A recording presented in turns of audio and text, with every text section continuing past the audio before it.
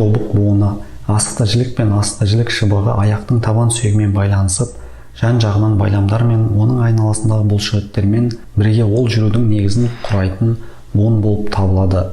Тобық буынының артриті көбіне буын шеміршек тінінің, синовиалдық қабықшаның және буын маңы қалтаның жедел қабынуын айтамыз. Тобық буыны жоғары статикалық және динамикалық жүктемелердің салдарынан жиі артритпен зардап шегеді және бұл асқынса артроз алып келуі мүмкін. Тобық буыны ауырсынуының белгілері.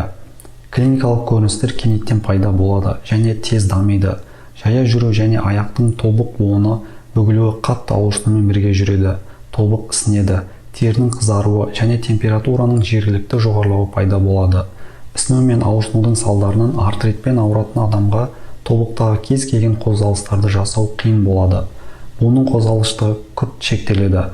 Қабыну процесіне реакция ретінде дене температурасының жоғарылауы, әлсіздік, ауырсыну болуы мүмкін. Тобық буыны ауырсынуына алып келетін жағдайлар. Кейде тобық буынының артриті жарақат нәтижесінде дамуы мүмкін. Адам аяғын қайырып, немесе бір затты табанымен ыңғайсыз басса, кейде секіргенде, жүгіргенде, ауыр заттарды көтергенде және ұзақ уақыт бір орында отырғанда буын маңы байламдар мен бұлшықеттер зақымдалуы мүмкін.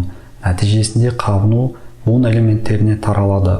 Буынның ауырсынуына бұрын ауырған жұқпалы инфекциялық аурулар және соған байланысты иммунитеттің төмендеуі де себеп болады.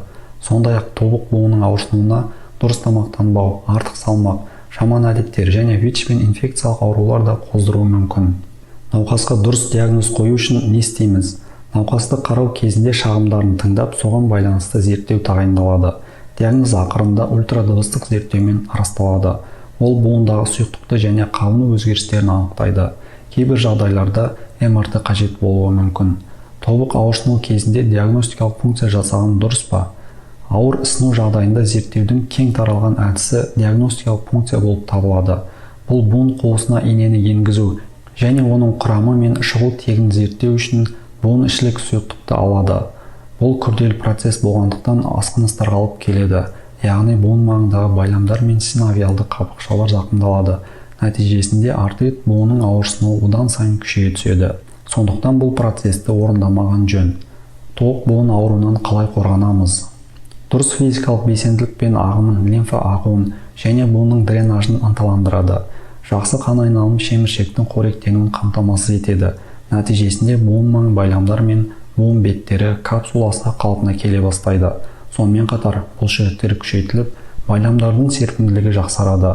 Бұл жарақаттарға төзімділікті арттырады және жарақат алу мүмкіндігін азайта түседі. Құрметті достар, егер сіздерге ақпарат пайдалы болған болса, лайк басып арнаға тіркеліп, достарыңызбен бөлісіңіз. Дендеріңіз сау болсын.